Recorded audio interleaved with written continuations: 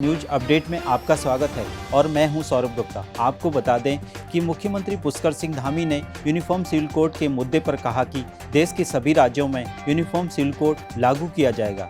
ये बड़ा दावा उत्तराखंड के मुख्यमंत्री पुष्कर सिंह धामी ने किया है।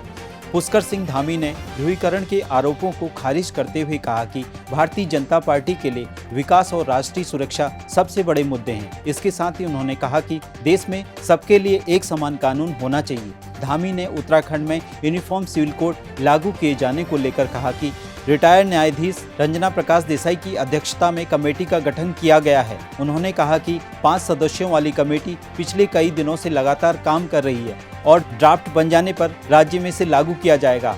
सरकार जल्द ही इसका प्रारूप सार्वजनिक करेगी। आपको बता दें कि मुख्यमंत्री पुष्कर सिंह धामी ने कहा कि चुनाव से पहले राज्य की जनता से यूनिफॉर्म सिविल कोड लागू करने का जो हमने वादा किया था उसे जल्द ही पूरा किया जाएगा। इसके साथ ही मुख्यमंत्री ने कहा कि मैं देश के सभी राज्यों में यूनिफॉर्म सिविल कोड को लागू करने की अपेक्षा करता हूं। भारतीय संविधान के अनुच्छेद 44 का हवाला देते हुए धामी ने कहा कि हमारा संविधान भी यूनिफॉर्म सिविल कोड की बात करता है और समय समय पर उच्चतम न्यायालय भी ऐसा करने को कहता है।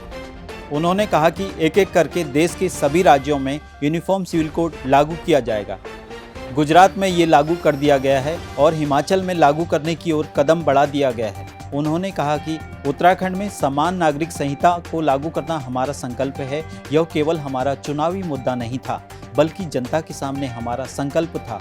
जो संकल्प हमने लिया था उस दिशा में हम आगे बढ़ रहे हैं। तो इसी के साथ धामी सरकार से जुड़ी सभी बड़ी अपडेट्स के लिए जुड़े रहिए हमारे YouTube चैनल धामी सरकार न्यूज अपडेट से। साथ ही हमारे YouTube चैनल धामी सरकार न्यूज अपडेट को लाइक और सब्सक्राइब करना ना भूलें।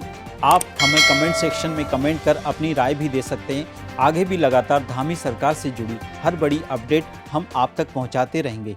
नमस्कार।